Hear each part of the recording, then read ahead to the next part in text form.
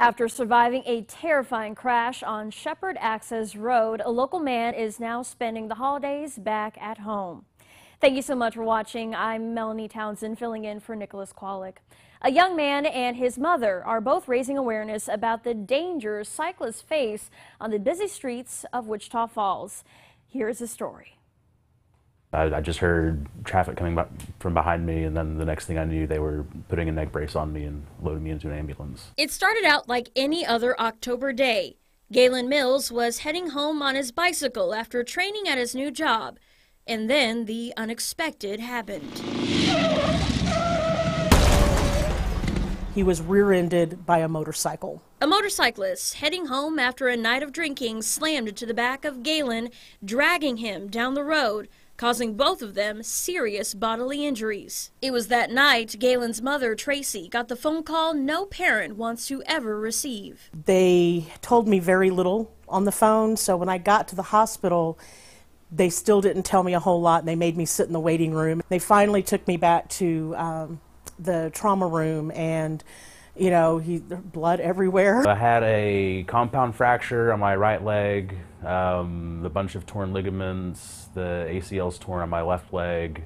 There was some sort of a fracture on that, a cracked T12 vertebra.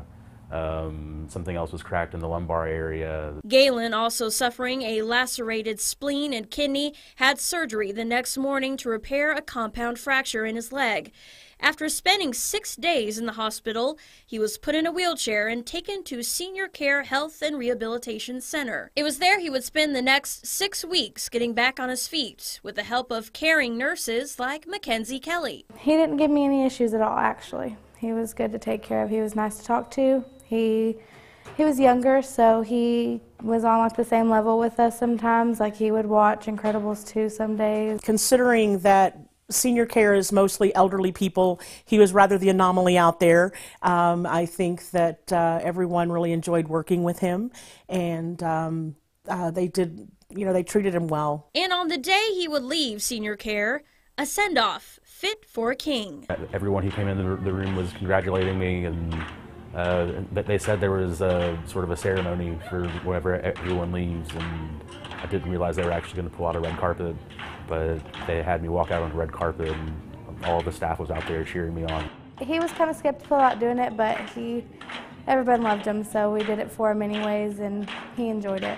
When he got up on his crutches and walked out of his room, that was the first time I saw him actually walking, and so that was really exciting to me. On the road to recovery, Gaelen and his mother both share a message for those on the road in a town that hosts the largest bike ride in the country. There's a lot of us out there. It's a sport that's gaining popularity. I mean, it's not always possible for someone to be on the sidewalk. I mean, just give us some space and go around us. Just be aware, and with motorcyclists, just be aware.